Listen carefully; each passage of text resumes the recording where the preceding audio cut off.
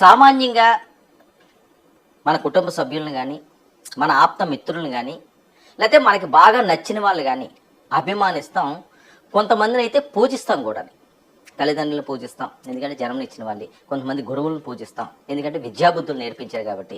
కొంతమందిని పూజిస్తాం, వాళ్ళు మన ఆరాధ్యమైన నటులు నటీమణులు కాబట్టి. జనరల్గా ఇవి మనం ఎక్కువ వింటుంటాం ఈ ప్యాటర్న్లోనే. ఈ రకంగా వీళ్ళ మీద అభిమానం, వాళ్ళ మీద ఇష్టం, కుటుంబ సభ్యులు, అన్న, తమ్ముడు, చెల్లి, అక్క, మామ, అత్త, ఇలాంటివన్నీ కూడా. సో దేశభక్తి అనే మాటకు వస్తే, భారతదేశంలో ఉన్న 140 కోట్ల మంది జనాభా పౌరులు. దేశభక్తి ఎంతమందికి ఉందయ్యా అంటే తక్కువ చెప్పలేని పరిస్థితి. ఎందుకంటే దేశం వాళ్ళకి ఏమి ఇచ్చింది అన్నది చాలా తక్కువ మంది మాత్రమే వాళ్ళ మనసులో దాచుకుంటారు. దేశం అన్నీ ఇచ్చింది భారతదేశం. ఎందుకంటే మనం పీల్చే గాలి భారతదేశంలో, మనం తినే తిండి భారతదేశంలో, మన ఉద్యోగం అనేది వేరే ఏ వృత్తి చేసినప్పటికీ కూడా, ఏ ప్రవృత్తి చేసినప్పటికీ కూడా అవన్నీ కూడా ఈ ప్రాంతంలోనే, ఈ దేశంలోనే కొనసాగుతున్నాయి. అలాంటిది దేశానికి కష్టం వచ్చినప్పుడు, దేశానికి ఇబ్బందికర పరిస్థితులు వచ్చినప్పుడు, దేశానికి నష్టమైనప్పుడు తమకి అవకాశం ఉండి దాని మీద స్పందించిన వాళ్ళని ఏమనాలి? సో ఇప్పుడు ఈ అంశాలన్నీ ఎలా ఉన్నదంటే భారత్ పాకిస్తాన్ మధ్య జరుగుతున్న అంశాలు. Minute to minute టెన్షనే.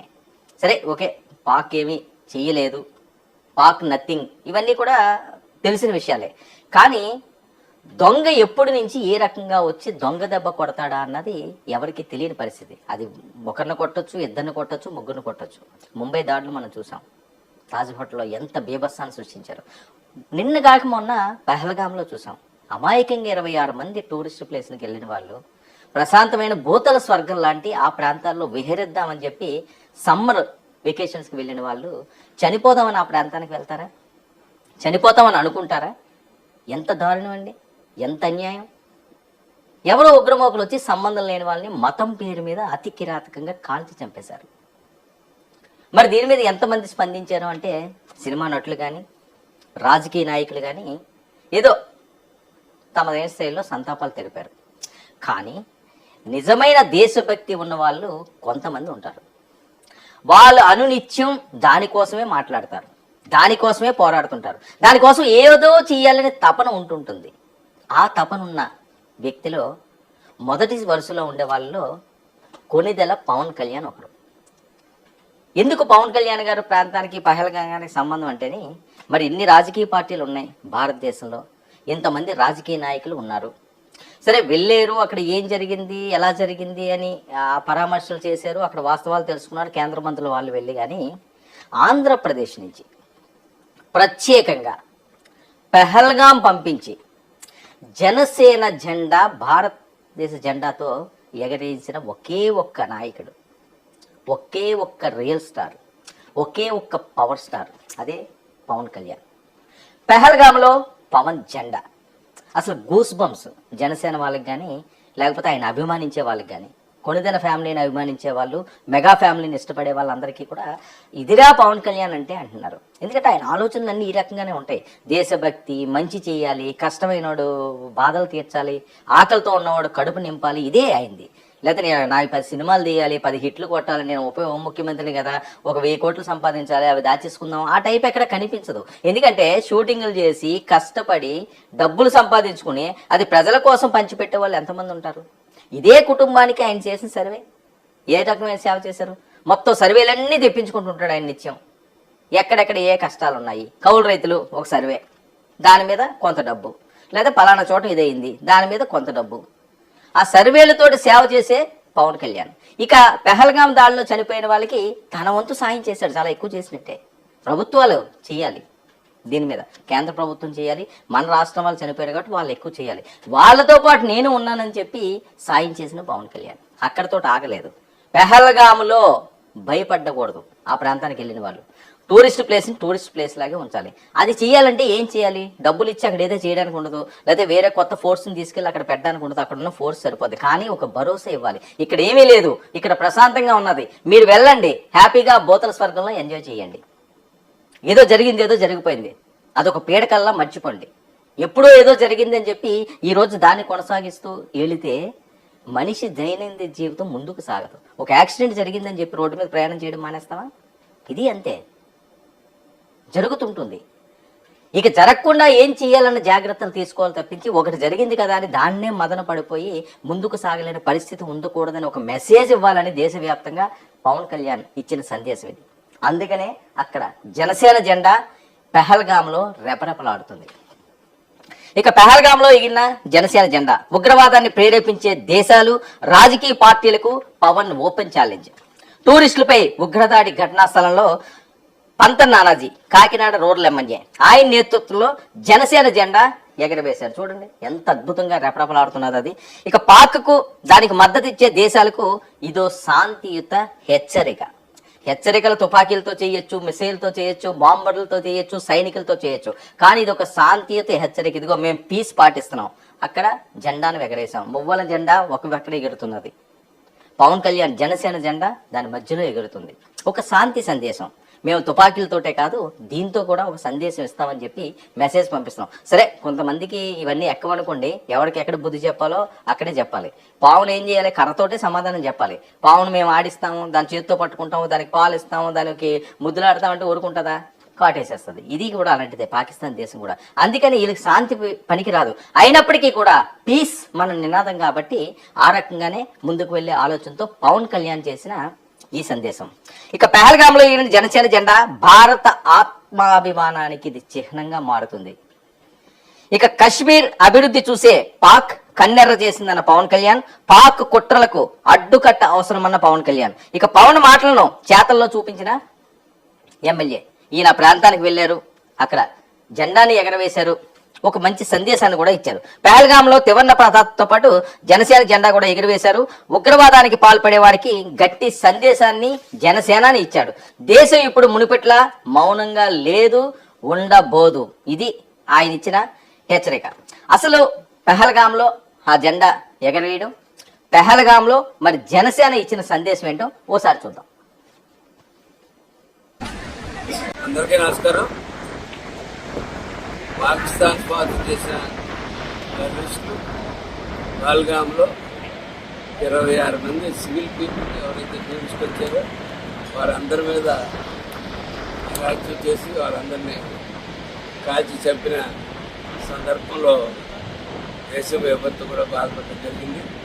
ఆ సందర్భంలో ఒక యుద్ధ వాతావరణం, యుద్ధం కూడా చేయడం జరిగింది. నరేంద్ర మోడీ గారు వెంటనే స్పందించి భారతదేశ ఆర్మీ వివిధ దళాలు కూడా స్పందించి తగిన గుణపాఠం పాకిస్తాన్కి చెప్పడం జరిగింది. ఆ జరుగుతున్న సందర్భంలో మా నాయకుడు దేశభక్తి గలవాడు, మొట్టమొదటి నుంచి కూడా బాగా దేశభక్తి పవన్ కళ్యాణ్ గారు కొంతమంది ఎమ్మెల్యేలని తమిళనాడులో ఉన్న 6 మురుగన్ దేవాలయానికి కూడా వెళ్ళి ఆర్మ్డ్ ఫోర్సెస్కి ఎవరైతే యుద్ధంలో ఉంటామన్నారో వారందరికీ దైవ సంకల్పం కూడా ఇవ్వాలని చెప్పి ఆలోచనతో, దైవ బలం కూడా ఇవ్వాలనుకుంటారు ఆలోచనతో భారతదేశం అన్ని విధాలుగా ముందంజలో ఉన్నప్పటికీ దైవ కృప, దైవ బలం కూడా ఉండాలని ఆలోచనతో ఆయన నన్ను పల్లి పంపడం జరిగింది. పల్లిలో మహావతార్ బాబాజీ ఒక గురువుగారు జీవ సమాధి దగ్గర ఉండగా నన్ను ఆయన ఆదేశాలు ఇచ్చాయో ఏంటో తెలియదు, నాకు ఇక్కడ రావాలని సంకల్పం కలిగింది. ఇవాళ పహల్గాం రావడం జరిగింది. ఇక్కడ జెండా, మన భారతీయ జెండా ఎగరేయడం జరిగింది. అలాగే జనసేన పార్టీ జెండా ఎగరేయడం జరిగింది. దేశభక్తికి, దేశానికి ఏదైనా ఇబ్బంది వస్తే జనసేన పార్టీ ముందుంటుందని చెప్పి ఒక సందేశం ఇవ్వడానికి. అలాగే ఎవరో ఏదో అయిపోయింది ఇక్కడ, ఇంకా ఈ వాతావరణం, ఇతర వాతావరణం కాశ్మీర్ భ్రమ, చాలా చక్కగా జీవన విధానం అంతా కొనసాగుతుంది. బ్రహ్మాండమైన భద్రత మధ్య రోజు భద్రత కూడా అవసరమైన పరిస్థితులు ఇవాళ పూర్తి స్థాయిలో జనజీవనం బ్రహ్మాండంగా జరుగుతూ ఉంది. ఎటువంటి పుకార్లు నమ్మవలసిన అవసరం లేదు. టూరిస్ట్ అంతా బ్రహ్మాండంగా వస్తూ ఉన్నారు. ఏదైతే సంకల్పంతో పాకిస్తాన్ ప్రయత్నం చేస్తే ఇక్కడ టూరిజం 2-3 డెవలప్ అవుతుంది, కానీ ఒక కుట్ర పడిందో దాని గురించి ఎవరో భయపడాల్సిన అవసరం లేదు. కాబట్టి టూరిస్ట్ బ్రహ్మాండమైన ప్రదేశం. భూతల స్వర్గం, భూతల స్వర్గానికి అందరూ వచ్చి వెళ్ళవలసిందిగా కోరుతాం. రైట్, ఇది కదా రోమాలు నిక్కబడుచుకుంటున్నాయి, రక్తం మరుగుతుంది. ఇది కదా ఇవ్వాల్సిన మెసేజ్. ఎందుకంటే ఒక సెలబ్రిటీలు ఇంటికే పరిమితం కాకూడదండి. ఒక మంచి పొలిటీషియన్ ఇంటికే పరిమితం అయితే ఆ నియోజకవర్గం పాడవుతుంది, ఆ పార్లమెంటు నియోజకవర్గం పాడవుతుంది. అలాగే రాష్ట్రంలో ముఖ్యమంత్రి ఉంటే రాష్ట్రం పాడవుతుంది, ప్రధానమంత్రి అయితే దేశమే పాడవుతుంది. అలాగే ఒక సినీ నటుడు, అగ్ర నటులు వాళ్ళు పెదవి విప్పాలి, మాట్లాడాలి, ఒక మెసేజ్ ఇవ్వాలి. అది ఆదర్శంగా తీసుకునే వాళ్ళు ఉంటారు. ఈరోజు చాలా మంది హీరోలు చూస్తుంటాం మనం, బాలీవుడ్ అవనివ్వండి, టాలీవుడ్ అవనివ్వండి. వాళ్ళు ఏ ప్యాంట్ వేసుకున్నారో ఉదయం లేసరికి మార్కెట్లో ఆ ప్యాంట్ ఉంటుంది, ఏ షర్ట్ వేసుకున్నారో ఆ షర్ట్ ఉంటుంది. ఎందుకు? వీళ్ళు షర్ట్లో ప్యాంట్లు వీళ్ళకి తెలియక కాదు, కొనుక్కోకదు. రే మా హీరో వేసుకున్నాడు రా, అది వేసుకుని తిరగాలి. శారీస్, లేడీస్ ఏ శారీ వేసుకున్నారో, ఏ చుడిదార్ వేసుకున్నారో, లేకపోతే ఏ డ్రెస్ వేసుకున్నారో అది ఉదయం లేసరికి మార్కెట్లో చలామణి అవుతుంది. అంటే మీరు మీకు తెలియకుండానే ఇంత ఇన్ఫ్లుయెన్స్ చేయగలుగుతున్నారు జనాలని.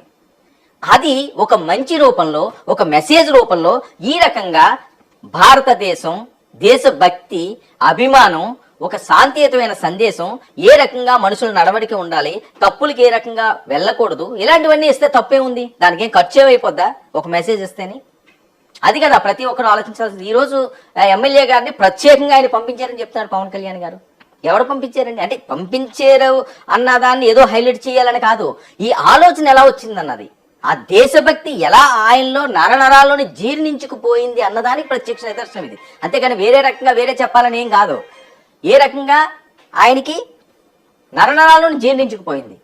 ఇది కదా పవన్ కళ్యాణ్ అంటే, ఇది కదా జనసేనాని అంటే, ఇది కదా పవర్ స్టార్ అంటే, ఇది కదా ఆంధ్రప్రదేశ్ ఉప ముఖ్యమంత్రి కొణిదెల పవన్ కళ్యాణ్ అంటే. ప్రతి ఒక్కరూ ఆయన ఆదర్శంగా తీసుకోవడానికి, ఏమీ ఆశించకుండా పవన్ కళ్యాణ్ వెనకాతలు తిరగడానికి, జనసేన పార్టీలో ట్రావెల్ చేయడానికి కారణం ఇదే. ప్రతి ఒక్కరికి ఏవో స్వార్థాలు ఉంటాయి. ఆ జనసేనులకి అలాగే వీర మహిళకి వాళ్ళకి పెద్దగా స్వార్థాలు ఉండవు, ఈయనకి అసలు ఉండవు. ఆయన ఒక బోలా శంకరుడు, ఏది ఉంటే అది, ఏ కష్టం వచ్చినా సరే ఆయన ఇంట్లో కష్టం వచ్చినట్లుగా ఆయన ఫీల్ అయిపోతుంటాడు. ఇది కదా ఆయన అంటేనే. అందుకనే పవన్ కళ్యాణ్ అంటే ఎంత అభిమానం. పెహల్గాములో జనసేన జెండా ఎగరడం అంటే ఎవరు కూడా ఊహించింది. ఇక దేశం ఎప్పుడు మునుపట్ల మౌనంగా లేదు, ఉండబోదని కూడా సందేశం ఇస్తున్నాడు. ఇప్పుడు దాకా సైలెంట్ గా ఉన్నాం, సైలెంట్ గా ఉన్నంత మాత్రాన చేతగానితనం కాదు, చెయ్యలేనితనం కాదు, వైలెంట్ అయితే మండిపోతారు, మసైపోతారు అని చెప్పి ఇండైరెక్ట్ గా చెప్తున్న పవన్ కళ్యాణ్. ఇక శాంతినే మార్గంగా చూసే జనసేన ఉగ్రవాదాన్ని ప్రోత్సహించే శక్తులను ప్రజల గలం వినిపించారు పవన్ కళ్యాణ్. ఇక భారత భూభాగాన్ని, మన గౌరవాన్ని కాపాడతామని జనసేనాని ప్రతిజ్ఞ చేశారు. ఇక కాశ్మీర్లో అభివృద్ధి, దేశం ఒక్కటే ముందుకెళ్తుందని కూడా ఆయన పిలుపునివ్వడం జరిగింది. ఇక వేదన చూసిన దేశం గుండెల్లో ఇప్పుడు ఉగ్రవాద కోరల పీకి గుణపాఠం చెప్తామని గట్టిగా హెచ్చరిస్తున్నారు కూడా. అంతేకాకుండా కర్తవ్యం జాగృతమైందని సందేశం కూడా ఇచ్చారు. ప్రతీకారం ప్రభుత్వం చూసుకుంటుందని, అభివృద్ధి ఐక్యతపై దృష్టి సారించాలని జనసేన పిలుపు. ఎంత అద్భుతమైన వర్డ్ అండి ఇది. చూడండి, ప్రతీకారం ప్రభుత్వం చూసుకుంటుంది. భారత ప్రభుత్వం ముందున్న లక్ష్యం అది. పక్క దేశాలు మన మీద దాడి చేసి మన మీద ఇబ్బందికర పరిస్థితులు పెడితే ప్రభుత్వం చూసుకుంటుంది. కానీ ప్రతి మనిషి చూసుకోవాల్సింది ఏంటంటే రాష్ట్ర అభివృద్ధి, దేశ అభివృద్ధి, ఐక్యత. అందరం కలిసి ఉండాలి, కలిసికట్టుగా ముందుకు సాగాలి. పక్కోడికి ఏదో ఇబ్బంది జరిగితే భలే జరిగిందిరా అని చెప్పి సంబరపడిపోయే రోజులు మానేయండి. ఈ జనరేషన్ లో కూడా మంచి కోసం ముందుకు సాగండి అని చెప్పే ఎవరుంటారండి? చెప్పాల్సిన అవసరం ఏంటి? ఆయన సినిమాలు ఆయన చూసుకోవచ్చు, ఆయన రాజకీయాలు ఆయన చూసుకోవచ్చు. ప్రజల కోసం ఈ తపనలు పడడం, ఉగ్రవాదుల్లో చనిపోయిన వాళ్ళకి వెళ్ళడం, వాళ్ళకి నేనున్నానన్న భరోసా ఇవ్వడం, ఆర్థికంగా కూడా సాయపడుతుండడం. ఎక్కడో కౌలు రైతులు ఎక్కడో చనిపోతే ఆయనకి సంబంధం లేకపోయినా, ఆయన ఓటేస్తారో ఓటు ఏ రోజు సరిపోయినా ఆ ప్రాంతానికి వెళ్ళడం, వాళ్ళకి వెల్ఫేర్ చేయడం. ఎక్కడో గిరిజన ప్రాంతాల్లో కాళ్ళకి జోళ్ళు వేసుకోపోతే, చెప్పులు వేసుకోపోతే వాళ్ళ దగ్గరికి పంపించి మీరు ఎలా నడుస్తారు ఈ కొండ కోణంలోని, ఆ ముళ్ళు గుచ్చుకుంటాయి, లేకపోతే ఇంకో పురుగు పుట్రా కొడతాదని చెప్పి వాళ్ళకేమోని జోళ్ళు పంపించడం ఏంటిదంతాని? ఇది కదా ప్రతి ఒక్కరు ఆదర్శంగా తీసుకోవాల్సిన అంశాలు కదా. రాజకీయాలన్నీ కూడా పక్కన పెట్టండి, రాజకీయాలు నిత్యం చేసుకోవచ్చు, ఎలక్షన్ టైంలో చేసుకోండి. ఒక 2-3 నెలలు టైం ఇస్తారు కాబట్టి నోటిఫికేషన్ వచ్చిన తర్వాత ఎలక్షన్లో మీరు గెలిచో ఓడిపోయిన ఆ ప్రచారం వరకు కూడా మీరు ఇష్టం వచ్చినట్టు రాజకీయాలు చేయండి. కానీ మిగతా టైం అంతా కూడా ప్రజాసేవ చేయండి, ప్రజల కోసం ఆలోచించండి. మిమ్మల్ని నమ్మి గద్దెక్కించారు, అది ఎంతమంది చేస్తున్నారన్నది ఆత్మవిమర్శ చేసుకోవాలి. ఇక బాధితుల పట్ల ఎమ్మెల్యే గారు కూడా సానుభూతి చూపించారు. పంత నానాజీ గారు చిత్తశుద్ధితో అండగా నిలుస్తామని గట్టి నమ్మకం, కొండంత ధైర్యం నిండిన చర్య. ఇది ప్రజా పోరాటం, ఓ పార్టీ ఆక్రమణ కాదు. ప్రజల కోసం పోరాడేది. ఇది పార్టీయో జెండాలో ఎజెండాలు ఇవన్నీ కూడా పక్కన పెట్టండి. ఓ జెండా కాదు, ఓ జవాబు కావాలి. ఇక ఉగ్రవాదాన్ని మట్టి కనిపించాలంటే అందరూ ధైర్యంగా గలం ఎత్తాలి, శత్రువుల గుండెల్లో అదిరిపోయేలా నినదించాలని సందేశం. ఇక పహల్గాంలో త్రివర్ణ పతాకం పక్కన సగర్వంగా ఎగిరిన జనసేన జెండా. ఇక దేశంలో వెలిగే దీపంలా ఉందంటూ సోషల్ మీడియాలో ట్రోల్స్. దేశ నలుమూలలోని సామాన్య ప్రజలకు సామాజిక మద్దతు. భగత్ సింగ్, సుభాష్ చంద్రబోస్, చంద్రశేఖర్ ఆజాద్ లాంటి తెగువను నొక్కి చెప్పిన జనసేనాని పవన్ కళ్యాణ్. పెహల్గాంలో ఎవ్వరు ఊహించినటువంటి ఒక అద్భుతమైన దృశ్యం అది. ఎవరు నచ్చినట్లుగా వాళ్ళ దైనందిన జీవితంలో పనులు చేసుకున్నారు, బాధపడే వాళ్ళు బాధపడ్డారు, మర్చిపోయారు, అయిపోయింది. 26 మంది చనిపోయిందన్నది ఎలా నెమ్మదిగా మర్చిపోతున్నారు. కానీ పవన్ కళ్యాణ్ మర్చిపోలేదు, దాన్ని అక్కడ గుర్తుండేలా చేస్తానంటున్నాడు. ఎవరైతే ముష్కరులు ఉన్నారో వాళ్ళని తుదముట్టించే వరకు కూడా అన్ని రకాలుగా ముందుకు సాగాలని దేశ పౌరులకి పిలుపునిస్తున్నాడు, యువతకి పిలుపునిస్తున్నాడు ఆయన. ఈ నెల్లి మేము ముష్కరులను చంపుతాము, మేము వాళ్ళని చంపేసి వచ్చేస్తానని చెప్పట్లేదు. ప్రతి యువత మేలుకోవాలంటున్నారు. భారత రక్తం ప్రతి ఒక్కరూ నరనరాల్లోనే ఎక్కించుకోవాలంటున్నారు. దేశభక్తి ఉండాలి అంటున్నారు. అందుకే జనసేన జెండా పెహల్గాంలో ఎగిరింది అని చెప్పి మాట్లాడుతున్న పవన్ కళ్యాణ్. ఇదిరా దేశభక్తి అంటే, ఇదిరా పవన్ కళ్యాణ్ అంటే.